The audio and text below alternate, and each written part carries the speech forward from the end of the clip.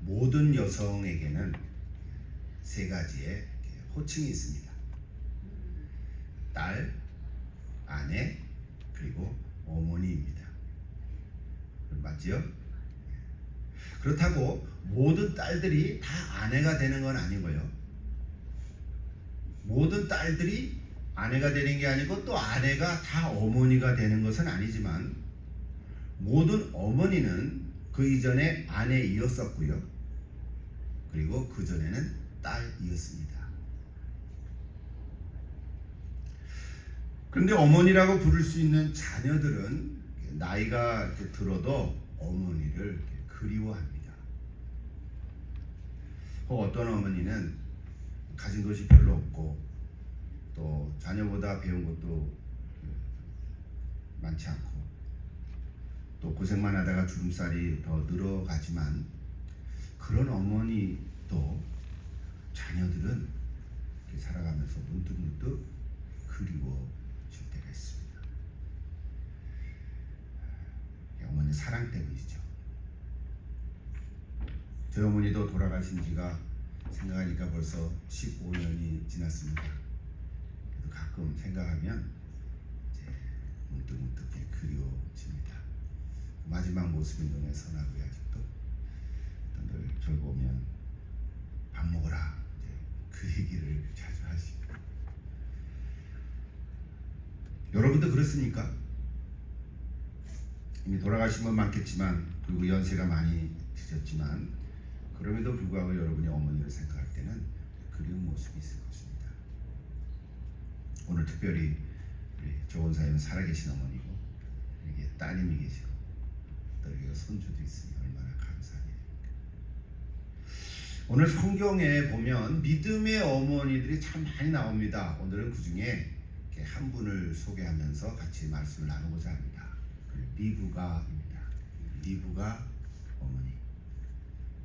리브가는 부두엘의 딸이었고요. 이삭의 아내였으며 에석과 야곱의 어머니였습니다. 잘 알고 계시죠? 부두엘의 딸, 이삭의 아내, 에서와 야곱, 특히 야곱의 어머니였습니다. 오늘 어머니 주일을 맞이해서 우리 리브가 인생을 좀 세 단계로 좀 나누어 살펴볼 때에 우리 모든 어머니들에게 그리고 어머니를 그리워하는 모든 분들에게 하나님의 은혜와 사랑으로 충만해지기를 축복합니다. 여러분 이 말씀을 통해서 하나님께서 주시는 메시지를 또 함께 듣고 여러분 삶 속에 힘을 얻게 되기를 기도합니다. 자, 첫째는 딸로서의 어머니입니다. 딸로서의 어머니. 창세기 24장은 아브라함이 나이가 들어 140세가 되자 이삭의 아내를 찾아주기 위해서 늙은 종인 엘리에셀을 하란으로 보내는 이야기부터 시작합니다. 엘리에셀은 아브라함과 서약을 갖고 이삭의 아내가 될 사람을 위해서 구체적인 기도를 합니다. 근데 하나님께서는 그 기도를 들으시고 적절한 길로 인도하십니다. 여러분 자세한 이야기는 창세기 24장을 쭉 읽어보시면 좋습니다. 창세기 24장 그 앞뒤에 보면 굉장히 깁니다. 67절까지 있는데 이것이 이삭의 아내를 찾는 이야기로 쭉 되어 있습니다. 그 마지막 만남에서 창세기 24장 여기 나오는데 그 어린 딸 리브가가 이렇게 말합니다. 보입니까? 그 사람 저 아브라함의 종 엘리에셀이죠. 그 사람이 그들에게 이르되 그들은 지금 이제 앞에 모아놓고 앞뒤 얘기를 제가 안 했는데 다 알고 계시죠 대충? 예. 자 리브가의 아버지 부두엘과 어머니 이름은 안 나와요. 예. 아버지 부두엘과 어머니 그리고 오빠 라반 이렇게 가족들과 앞에서 그 사람 엘리에셀이 이렇게 말합니다. 나를 말리치 마소서 여호와께서 내게 형통한 길을 주셨으니 나를 보내어 내 주인 즉 아브라함에게로 돌아가게 하소서. 그들이 가로되 우리가 소녀 즉 리브가를 불러 그에게 물으리라. 리브가를 불러 그에게 이르되 네가 이 사람과 함께 가려느냐. 그가 대답하되 가겠나이다. 리브가는요 이삭의 외모가 어떻게 생겼는지 성격이 어떤지 또 뭐 취미는 뭔지 건강한지 그렇죠? 요즘 말로 하면 내 이성의 어떤 스타일에 맞는지 그런 것도 전혀 알지 못한 상태에서 그냥 가겠다고 이렇게 분명히 얘기하는 것은 한 가지 분명한 것이 있던 것 같아요. 그는 이 결혼이 하나님께로 말미암은 것이다 라고 하는 확신이 있었던 거예요. 그래서 주저하지 않고 믿음의 선택으로 결정했던 것입니다. 우리 성경 창세기 24장을 쭉 읽어보면요, 그 얘기를 다 하려면 시간이 없잖아요. 그래서 제가 이제 뛰어넘고 여러분 다시 한번 이렇게 생각해보면 좋은데, 리브가는 어렸을 때부터 예뻤던 것 같아요. 미인이었어요. 여러분처럼 예뻤다 그래요. 그리고 예의도 바르고, 근데 아주 당찼어요. 예를 바르는데 아주 당찼어요. 그리고 배려심이 많은데도 아주 적극적이었어요. 그런 성격을 가지고 있었던 소녀였습니다. 10대 중후반. 또한 무슨 일을 할 때는 머뭇거리지 않고 아주 바로 움직이는 행동파였습니다. 예를 하나 들어볼게요. 리브가가 이제 자기를 찾아온 이 아브라함의 종 엘리에셀이 우물가에서 만났잖아요. 내게 좀 물 좀 달라. 그랬더니 물을 주고, 또 낙타에게도 물을 좀 주면 좋겠다 그랬더니 리브가가 예 그럼요 이제 그렇게 했어요. 근데 성경에 보면 제가 다 읽지 않았지만 급히라는 단어가 2번 나오는 거예요. 18절하고 20절에 급히 물동이를 내려주고, 또 낙타에게도 급히 뛰어가서 물을 빌려서 낙타에게도 먹이고. 그림 하나 소개할게요. 그림이 뭐냐면 17세기에 그린 그 스페인 화가인데요. 바로 톨로메 에스테반 무리오라고 하는 화가예요. 그 화가가 그린 그림입니다. 잘 보입니까? 저 4명의 여자 중에 맨 왼쪽에 있는 분이 리브가였겠죠, 그죠? 물을 이렇게 주니까 잘 그렸어요. 통통하게 잘 그렸어요. 그때 당시 17세기에 그 무리오라는 스페인 화가의 그림들을 굉장히 많이 나옵니다. 성경의 인물들에 대한 그 구석구석에 있는 그림들을 많이 그렸어요. 여러분 혹시 들어가면 다 볼 수 있습니다. 제목이 우물가의 리브가와 엘리에셀, 이런 제목. 하나 더 볼까요? 저건 그림은 아닌데 누가 이렇게 그린 거죠. 누가 그랬는지 모르겠어요. 재밌어요? 자, 아마도 그래서 리브가는요, 이렇게 아브라함에 대해서 어느 정도 알고 있었을 거예요. 그 부모로부터 이렇게 들었을 것입니다. 아브라함의 조응하니까 갈대아 우르에서, 그렇죠? 하나님의 부르심을 받고 하나님의 놀라운 구속사적인 어떤 그런 경륜에 대해서, 비록 10대 어린 소녀였지만 들어서 알고 있을 거랍니다. 그러니까 이삭과 결혼한다는 건 뭐냐면 하나님과의 언약을 계속해서 이루어가야 할 사명을 갖고 있다는 것을 아는 거예요. 대충 알겠죠. 뭐 정확하게 뭔지는 모를 수 있지만 그런 거야 이렇게 하는 거죠. 그래서 이삭과의 결혼이 하나님의 뜻이다, 요 확신 하나는 분명히 갖고 있는 거예요. 요즘처럼 뭐 사진이 있겠어요, 뭐 전화로 통화를 했겠어요. 그냥 아브라함 가정에서 종이 왔으니까 이삭의 아내를 찾는다, 그 얘기를 듣고 이제 이렇게 된 거예요. 그러니까 아주 짧지만 단호하게 가겠다라고 그렇게 말을 할 수 있었다고 하는 거예요. 하나님의 큰 감동을 받은 이 어머니와 오빠 라반이 그래서 리브가를 이제 떠나보내면서 아쉽잖아요. 그래서 그 엘리에셀에게 이거 갑작스러운 일이니까 한 1주간만 더 머물게 하면 안 되냐 그랬더니 안 된다고. 그렇게 해서 리브가가 금방 난 가겠다고 그러니까 이제 어쩔 수 없이 떠나보내면서 이렇게 축복을 했습니다. 그것이 59장 60절이에요. 60절만 한번 읽어보십시다. 우리 누이여 너는 천만인의 어미가 될지어다. 내 시로 그 원수의 상분을 얻게 할지어다.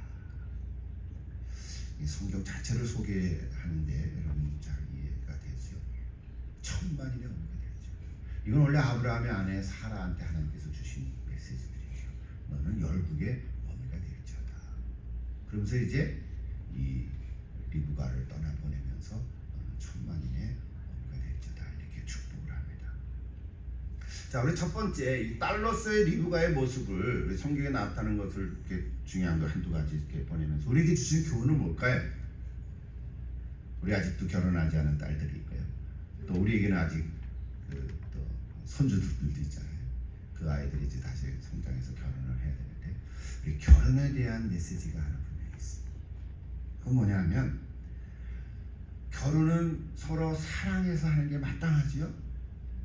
뭐 많은 조건들이 있지만 결혼의 조건은 오직 사랑에 있어요. 그게 맞아요. 사랑해서 결혼하는 게. 근데 한 가지 더 동시에 뭐가 필요하냐면 이 결혼은 하나님의 섭리 가운데 있다 하는 그 확신이 들어야 되는 거예요. 물론 믿지 않는 사람은 하나님도 모르니까 그런 확신이 어디 있겠어요. 자기가 좋은 대로 하겠지. 그래도 사랑을 해서 해야 되는 거예요. 근데 오늘 특히 우리 믿는 우리들은 서로 사랑해서 하는 결혼이지만 그 안에 한 가지가 더 이 결혼은 하나님의 섭리 가운데 있다. 그 확신이 들 때 좋은 거예요. 그래야 돼요. 이제 5월달에는 결혼을 많이 하는 달 아니겠습니까? 그래서 주변에 많이 결혼하는 분들이 있을 텐데, 자 그분들도 서로 사랑하면서 결혼하지만 그 결혼이 하나님으로부터 시작된다. 하나님의 섭리 가운데 있다. 그 확신을 갖게 되는 그런 결혼하는 분들이 되기를 참 바랍니다. 여러분 결혼이란 이렇게 사랑하면서 맺어지는 거지만 서로 신뢰하고 믿는 관계, 이 하나의 약속이죠. 그래서 결혼식 할 때 뭐가 반드시 들어와 있습니까? 결혼 서약이라는 걸 합니다. 결혼 서약은 그냥 사랑한다는 얘기를 하는 게 아니라 서로에 대한 믿음을 확인하는 거죠. 이 신뢰가 가장 중요한 거예요. 사랑은 기본적으로 있지만 결혼식을 통해서 결혼 서약을 하는 것은 신뢰가 있는 거예요. 약속이죠. 여러분의 자녀들 또 손주들이 앞으로 결혼할 때 이것을 꼭 가르쳐 주십시오. 지금부터 가르쳐 주십시오. 이는 약속인 거야.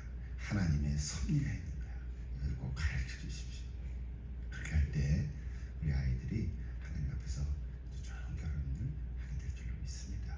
여러분 기도하시길 바랍니다. 아직 결혼하지 않은 우리 자녀를 위해서 기도하십시오.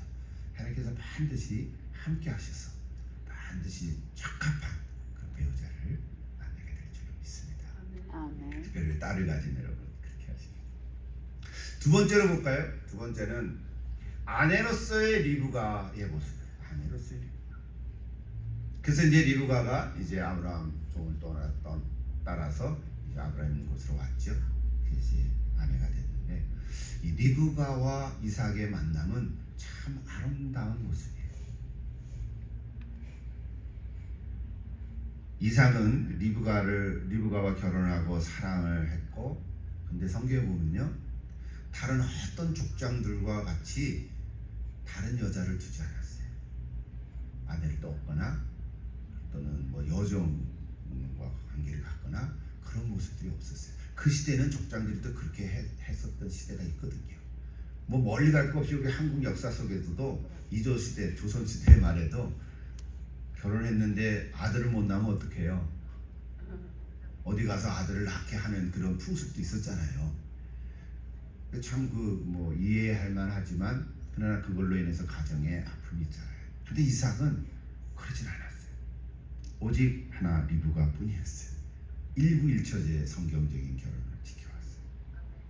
여기 이제 엘리에셀과 리브가가 돌아왔을 때 이삭이 어떻게 했냐면 들에 나가 묵상했다 그런 기절이 있어요. 저물었을 때 들에 나가 묵상했다. 24장 63절에. 근데 이게 묵상하다는 그 단어를 보니까 묵상하다면 기도하는 거죠. 맞아요. 근데 그 안에 상념에 젖거나 슬픔에 잠기는다 하는 그런 뜻이 있어요. 수아흐라는 단어 썼는데 슬픔에 잠기는 게 묵상. 그러니까 이삭이 하나님께 기도하면서도 늘 슬픔에 잠겨 있어요. 그 왜 그러냐 하면 그 배경을 보면 이삭의 어머니가 죽은 후에 늘 마음이 슬픈 거예요. 그 고요한 저녁 무렵이 되면 들판에 나가 어머니를 그리워하곤 했다는 거예요. 그 어머니가 90에 자기를 낳았잖아요. 그 하나밖에 안 낳았잖아요. 그 전에 이스마엘이 있었지만 그게 또 나갔잖아요. 그러니까 성경은 근데 여기 보세요. 24장 67절 같이 한번 읽어볼까요? 이삭이 리브가를 인도하여 그의 어머니 사라의 장막으로 들이고 그를 맞이하여 아내로 삼고 사랑하였으며 이삭이 그의 어머니를 장례한 후에 위로를 얻었더라. 이삭의 지금 나이가 결혼할 때 나이가 40세라 그래요. 그러면 어머니 사라가 이삭을 낳을 때가 90세였잖아요. 근데 성경에 보면 사라가 137세에 돌아가셨어요. 그러니까 사라가 돌아가셨을 때에 이삭의 나이가 37이었잖아요. 그러니까 37인데 이제 결혼을 할 때가 40이니까 3년 동안을 어머니를 그리워했던 거예요. 이거 우리 한국하고 맞네. 우리 3년 상하잖아요. 한국도. 유교랑 비슷한가? 예, 컨피시아니즘이잖아요. 유교. 근데 성경은 그런 건 아니에요. 원래 유대인들은 어머니가 돌아가서 한 70일 정도까지 이렇게 그 아픔을 가지면 되는 걸로 되어 있어요. 근데 3년 동안이나 그만큼이 이삭은요 어머니를 그리워했어요. 근데 오늘 성경에 보니까 그 아내를 얻은 후에 위로를 얻었다 그랬어요. 와, 참 귀한 얘기죠. 아내를 잘 얻어야 돼요. 뭐 다른 의미가 아니고 아내를 얻으면 그 가정에 위로가 되고 평안이 있다고요. 근데 아내를 얻었는데 갈등이 있고 늘 이렇게 속상하면 그 기쁨이 있겠습니까? 우리 어르신들이 옛날에 보면 여자가 잘 들어간다 그런 말 한 것도 있는데 그건 또 다른 의미가 있겠지만 성경을 보면 리브가가 아내를 얻음으로 인해서 이삭이 위로를 받았더라. 조금 떠나서 한국 떠나서 오늘 이 말씀을 듣는 오늘 저와 여러분에게 하나님이 주시는 메시지는 뭐예요? 우리들도 그럴 수 있다거든요. 우리 중에도 대부분의 어머니들이 다 돌아가셨죠, 그죠? 여러분 다 어머니를 잃은 상실의 아픔이 있어요. 지금은 세월이 지나서 이렇게 그리워할 뿐이지만 사실은 상실의 아픔은 굉장히 크거든요. 꼭 어머니만이 아니더라도 내가 사랑하는 사람 먼저 떠나보내는 그 아픔들이 있어요. 그 상실의 아픔이죠. 꼭 누가 죽었다는 것뿐만 아니라 뭔가를 잃어버린 그런 상실의 아픔 누구에게나 다 있거든요. 젊은이에게도 있다고요. 내가 뭘 계획해서 목표를 향해서 나아가려고 하는데 그것을 실패를 했다거나 또는 내가 직장을 가졌는데 직장을 다시 잃어버렸거나 또는 여러 가지 어떤 친구가 나를 배신해가지고 또 친구를 잃어버렸거나 이런 어떤 상실의 아픔들이 누구에게 다 있거든요. 근데 하나님께서는 오늘 우리의 그 상실의 아픔을 치유해 주시기 위해서 하나님께서는 종종 어떤 다른 사람을 우리에게 붙여주시곤 합니다. 그래서 꼭 아내일 수도 있고요. 또는 자녀가 태어나기도 하고요. 또는 어떤 다른 일로 인해서 친구를 만나기도 하고요. 어떤 만남을 통해서 하나님께서는 우리의 상실을 치유해 주시는 경우가 종종 있습니다. 오늘 이삭의 자기 어머니 사라를 잃고 그리워하는 그 마음에 그 예쁜 리브가를 얻은 그가 하나님의 위로하시겠어요. 위로와 평안을 주고 그 상실감을 회복해 주셨죠. 저기 67절 다시 한번 보세요. 첫 번째 이삭이 리브가를 인도하여 그 다음 뭐라고 썼나요? 그의 어머니 사라의 장막으로 드리고. 요거는요 그냥 슬쩍 지나갈 수 있는 표현이지만 굉장히 독특하고 아주 놀라운 표현이에요. 그때 당시 족장들은요 여러 개의 크고 작은 장막들이 있어요. 장막이라 해서 텐트예요. 텐트. 요즘처럼 이렇게 방이 한 6개 있는 호화스러운 주택 이런 식으로 얘기할 수 있죠. 텐트들이 많았거든요. 그래서 그 자기 집에 거하는 사람들에게 하나씩 주고 살기도 하고 그랬다고요. 근데 여기 이 아브라함의 아내 사라가 죽어서 그 방은 아무도 안 쓰는 거죠. 마치 그 가정에 유물이 된 거죠. 우리도 그렇잖아요.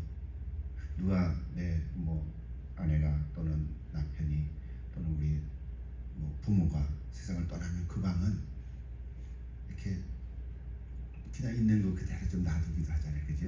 이렇게 깨끗이 정리만 하고 그냥 빈 방에 놔두잖아요. 왜 그럴까요? 이제 그분을 자꾸 생각하게 되는 거죠. 그게 병적으로 가면 안 되겠지만 오늘 여기 사라의 그 방도 그런 거예요. 그 이스라엘 아브라함 집에 유물이 됐단 말이에요. 근데 오늘 이삭이 그 사라의 방에 누굴 들인 거예요? 리브가를 들어와서 살게 한 거예요. 여러분 이건 굉장히 중요한 의미가 있습니다. 중요한 의미가 있습니다. 리브가가 이제는 이 가정의 실질적인 새로운 안주인이 된 것을 보여주는 거예요. 새로운 안주인이 됐어요. 집의 모든 고난을 이제 리브가가 누릴 수 있는 존재가 됐다는 거예요. 이 아내로서의 리브가의 모습이에요. 존재감이에요. 확실해졌어요. 근데 이제 리브가의 전체 생애를 이렇게 보면요, 리브가가요 그냥 보통 여자가 아닌 거예요. 사실은 그 가정의 크고 작은 일들을 이삭보다는 리브가가 주도하고 이끌어간 모습들이 종종 나옵니다. 이게 리브가가 아주 당찬 여자예요. 요즘으로 보면 아주 그냥 힘이 세요. 힘이 세다는 건 육체적인 힘이 센 게 아니라 아주 지혜롭고 또 일들을 잘 처리하는 그런 또 여성 파워를 가진 그런 리브가의 모습을 여기서 볼 수 있어요. 그리고 반면에 이삭은요 그런 모습들이 별로 안 나오거든요.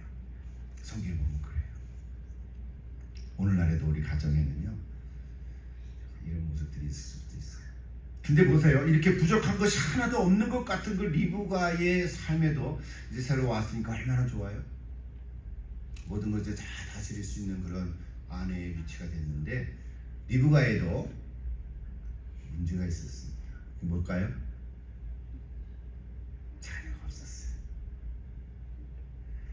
20년이나 되도록 자녀가 없었다. 시집와서 살았는데 이렇게 행복하게 기쁘게 살아가면서 살았는데 자식이 없으니까 얼마나 또 근심이 됐겠습니까? 리브가에도 문제가 있어요. 또 오늘날에도 그럴 수 있어요. 다 겉으로 보기에는 행복하지만 안을 들여다보면 이런 데 각자 문제가 있지 않습니까? 여러분도 있습니까? 다 있지요? 이게 기도 제목이 되는 것 같기도 해요. 이게 좋으면 또 저기 문제가 있고 저기 좋으면 이것도. 그 성경을 보면 이삭이 기도를 시작했어요. 20년이나 기도를 했어요. 20년. 하나님께서는 그 기도에 응답하시는데 어떤 경우에는 응답이 좀 지연되기도 합니다. 오늘 우리의 기도도 그렇죠. 그러니까 항상 내가 원하는 때에 하나님이 답을 주시지는 않습니다. 그런데도 돌이켜보면 나중에 보면 거기 하나님의 놀라운 선한 계획이 있었구나 하는 것을 깨닫게 됩니다. 여러분도 그런 체험이 있으시죠? 깨닫게 돼요. 이렇게 20년이나 기도의 응답이 없다가 이삭이 60세 됐을 때 40세 결혼을 했잖아요. 60세 됐을 때 응답이 왔어요. 이때 리브가의 나이가 정확하게 성경에 기록은 안 돼 있지만 10대 후반이라 그러니까 한 35살 그 정도 30대 후반은 됐을 거예요. 이때 잉태된 소식이 왔어요. 근데 쌍둥이였잖아요. 쌍둥이를 잉태했어요. 리브가가 이를 어찌할꼬. 그때 당시 쌍둥이는 이게 어려웠던 거. 이를 어찌할꼬. 하나님께 물었는데 하나님이 이렇게 답을 주셨어요. 여기 25장 23절. 또 같이 한번 읽어봅시다. 여호와께서 그에게 남자가 아니에요. To her 이렇게 되어 있어요. 그 리브가에게 이르시되 같이 읽을까요? 두 국민이 내 태중에 있구나. 두 민족이 내 복중에서부터 나누이리라. 이 족속이 저 족속보다 강하겠고 큰 자가 작은 자를 섬기리라. 다 아는 얘기죠 지금, 그죠? 리브가는 이 잉태에 대한 계시를 마음속에 품고 계속 살아갔다고 믿습니다. 누가복음 2장 19절에 보면 예수님의 어머니 마리아도 예수님에 대한 천사의 소식을 마음에 두니라 그렇게 기록된 적이 있어요. 아마 모든 어머니들은 아이를 키우면서 이 아이에 대한 기도하다가 받은 말씀일 수도 있고요. 또 하나님께서 어떤 그 여러 가지 상황 속에서 주신 것도 있고 확신드린 것도 있고 또는 아이가 직접 말한 것도 있고요. 여러 가지 것들이 있을 거예요. 커서가 아니고 어린 시절에. 보통 어머니들은 그런 구절들을 꼭 마음에 담고 있습니다. 저희 가정도 그렇고요. 제 아내도 그런 거 있어요. 우리 아이들에 대한. 그러니까 이렇게 계시적인 이런 말씀을 특별히 다 기억하고 있을 거예요. 여러분도 있을 거예요. 그게 어떻게 잊을 수가 있겠습니까? 그게 어머니의 마음인데, 그죠? 어머니의 마음인 거예요. 혹시 여러분도 그 자녀에 대한 이런 하나님의 특별한 말씀이 있으면 여러분 잊지 마십시오. 그냥 슬쩍 지나가지 마시고 꼭 기억해 보십시오. 옛날에 뭐가 있었는데 잘 생각이 안 나네. 한번 생각해 보십시오. 기도하는 가운데 떠올려 보십시오. 뭐 엉뚱한 것 같더라도, 근데 현재의 모습하고 상황과 전혀 관계없어 보이더라도요, 여러분 한번 자녀에 대한 하나님의 어떤 그 특별한 말씀 내가 기억난 거 있으면 그걸 한번 생각하고 묵상하면서 기도해 보십시오. 그걸 통해서 하나님의 뜻이 이루어질 가능성이 참 많습니다. 모르고 지내왔지만 어렸을 때 왜 아이가 내가 키울 때 내가 하나님께 이렇게 기도했는데 나중에 성장해서 20대, 30대, 이렇게 40대 되고 보니까 그쪽 방향으로 아이들이 잘하네. 그런 거 볼 수가 있거든요. 있거든요. 기도해 보십시오. 하나님께서 선하게 역사시키려 믿습니다. 삶 속에 있어요. 제가 하나 소개하면 이건 원고에 없는 얘기인데 아침에 생각이 났어요. 우리 아들 쌤이 어렸을 때 말이죠, 하람이라고 했거든요. 그래서 지금 사무엘, 성현, 걔 이름이 차도 많아. 이름이 성현이라고 해서 집에서는 하나님의 아들 하람이라고 했는데 지가 커서는 또 사무엘, 쌤이라고 또 짓기도 하고. 근데 그 아이가 꼬마가 학생 때였죠. 이제 예배를 드리고 그러는데 어떤 무슨 다른 앞뒤 얘기가 있다가 이런 얘기가 나왔어요. 너도 맨날 이렇게 교회 와서 예배 드리는데 자기도 나중에 목사가 되고 싶다는 거야. 듣기 좋은 소리잖아요. 그때는 뭐 공부 아직 국민학교 때 아마 후반쯤이었을 거예요. 목사가 되고 싶다. 넌 왜 목사가 되고 싶은데? 그랬더니 하는 말, 나는 교회 가서 말을 해야 되기 때문에 난 재미나게 말을 하기 때문에 유머를 해서 난 재미나게 말을 하기 때문에 난 목사가 되고 싶다는 거야.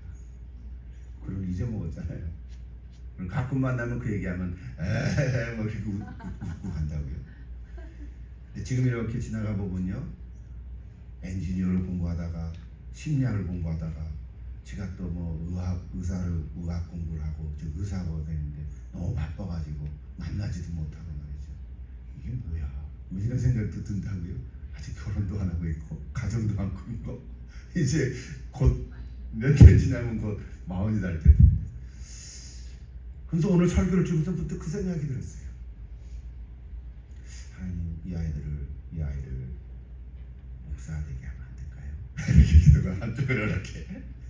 얘는 아마 생각도 안 할지도 몰라. 예를 들어서 말이죠. 여러분 자녀들을 생각할 때 자녀들 속에서 대화 나눈 하나님께서 주신 어떤 말씀 같은 걸 생각해 보면 꼭 목사가 되라는 얘기가 아니고요. 우리의 자녀들 속에 하나님을 향한 마음들이 있거든요. 그걸 한번 기억하시고 기도해 보십시오. 하나님께서 역사하실 줄 믿습니다. 마지막, 어머니로서의 리브가 오늘 저 말씀의 핵심이죠. 자, 어머니로서의 이 어떤 계시적인 말씀을 기억하고 있는 리브가는 이 말씀을 잊을 수가 없었던 말이죠. 그러다 보니까 아무래도 야곱에게 더 관심을 갖고 사랑을 하게 되었다고 봅니다. 물론 남편에게도 알려주었겠죠. 근데 이상하게 성경은 이삭은 에서에게도 관심을 가지고, 에서가 사냥을 좋아해서 남자 같아서 가지고 사냥해온 그 별미를 너무 좋아했던 거예요. 이삭은 야곱보다는 에서에 더 관심이 있었어요.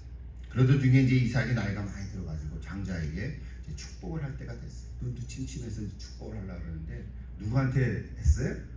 에서한테. 야, 에서야, 내가 이제 축복을 해야 되는데, 그때 당시에 장자의 축복은 아버지로서 고난을 가지고 모든 하나님의 복이 다 내려가는 거거든요.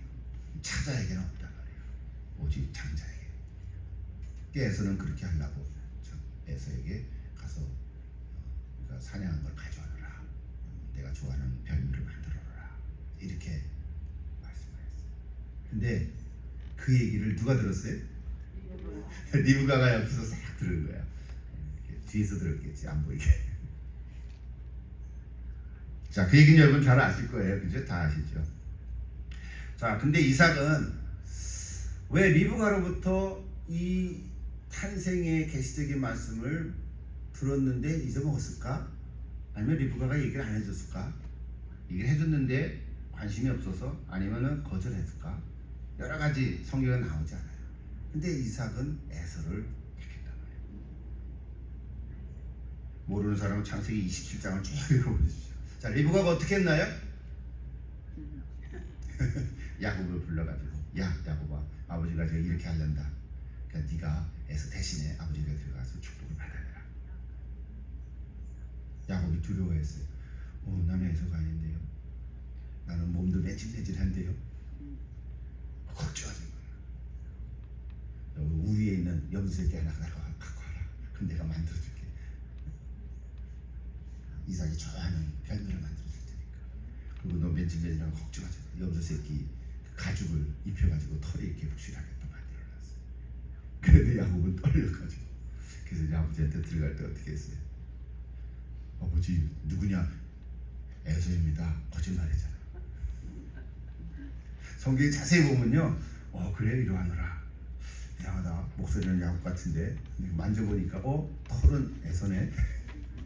이게 진짜 에서 맞냐? 그랬더니 성경은 2번이나 이삭의 꼬집소 불었어요.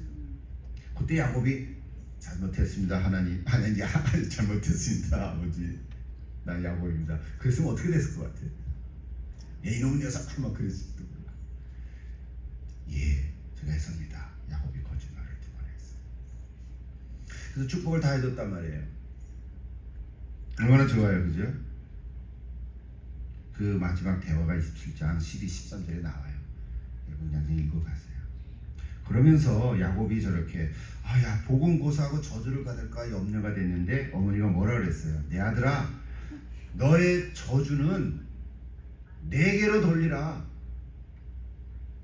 여러분 굉장한 말이에요. 그 사실은 굉장한 말이지만 사실은 대부분의 어머니들이 이런 말을 합니다.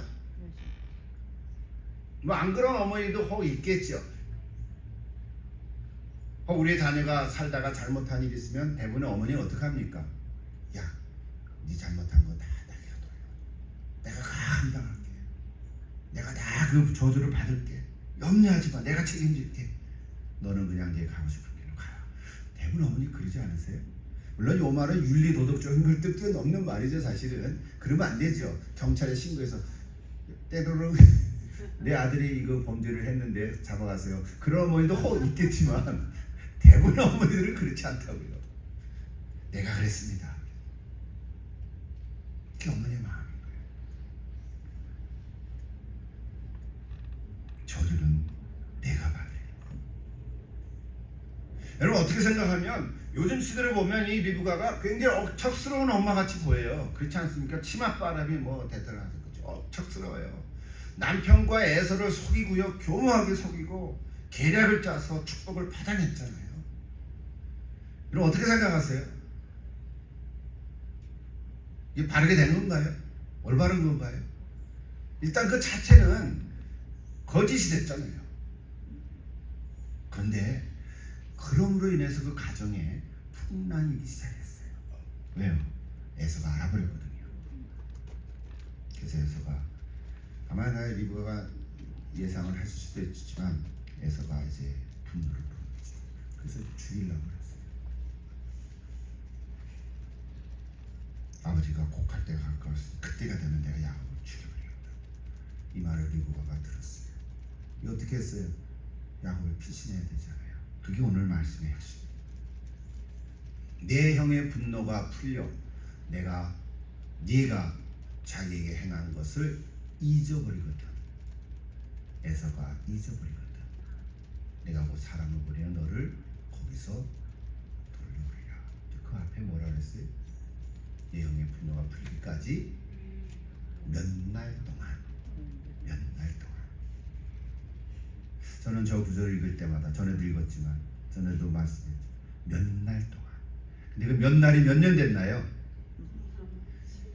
그 몇 날이 20년이 됐잖아요. 성경은 오늘 그 얘기를 우리에게 전해주는 메시지인 거예요. 자, 어머니로서의 리브가의 삶의 클라이맥스인데 그 야곱을 정말 이렇게 해서 이삭의 축복을 받아낸 것까지는 잘 했는데 그로 인해서 야곱과 헤어질 수밖에 없었다. 어머니 리브가 생각에는 몇 날 동안만 가있으면 이제 에서가 풀어질 거야. 그때 내가 사람을 보내서 너를 돌아오게 할게. 야곱도 그걸 믿고 갔잖아요. 근데 리브가는 그 몇 날이 20년이 된 줄 알았어요. 성경에 보면 리브가가 야곱을 보았다는 기록이 없어요. 리브가가 야곱을 볼 수가 없었습니다. 지금처럼 뭐 전화로 하고 할 수가 없잖아요.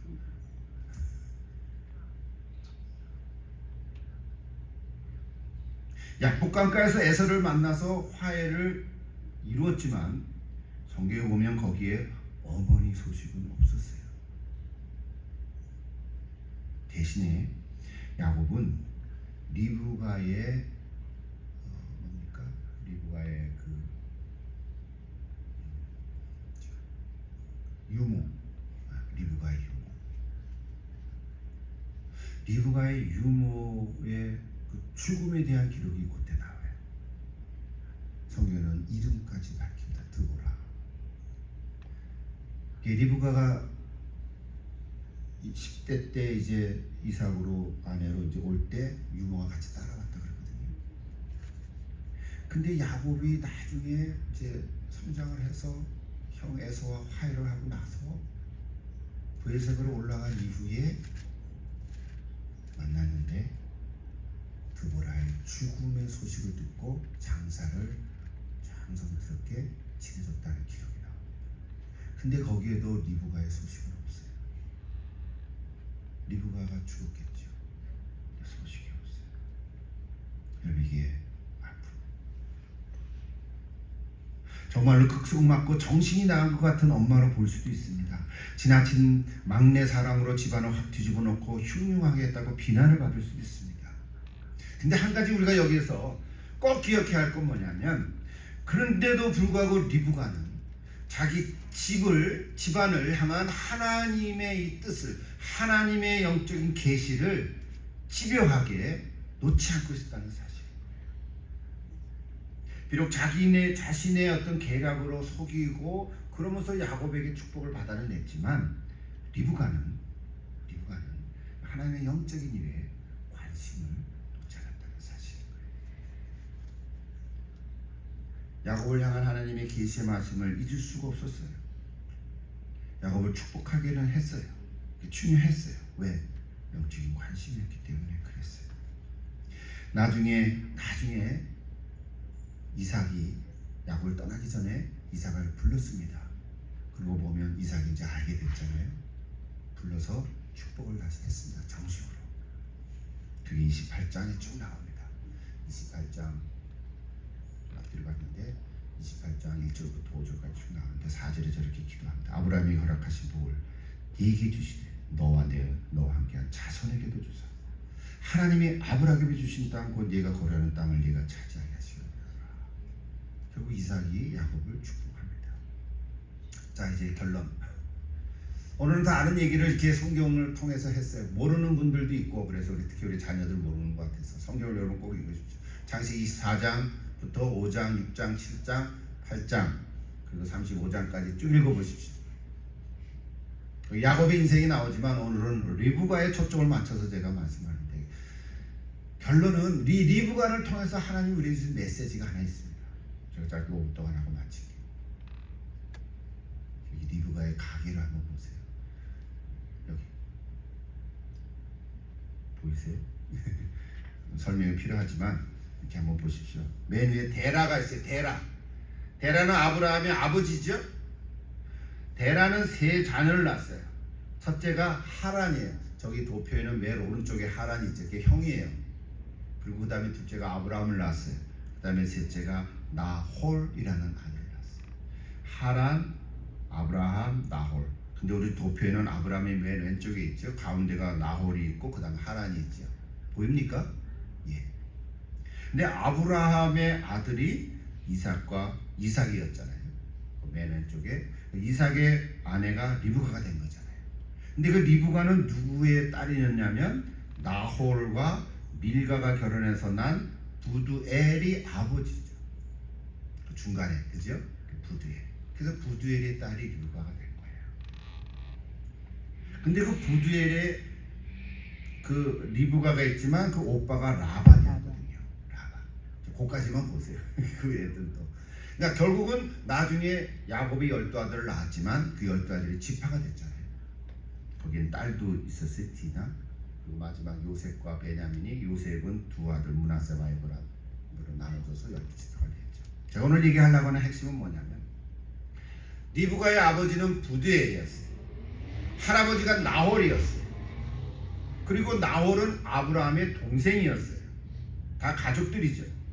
그러니까 아브라함의 형은 하란이었는데 하란에도 아들이 있는데 그게 롯이었어요.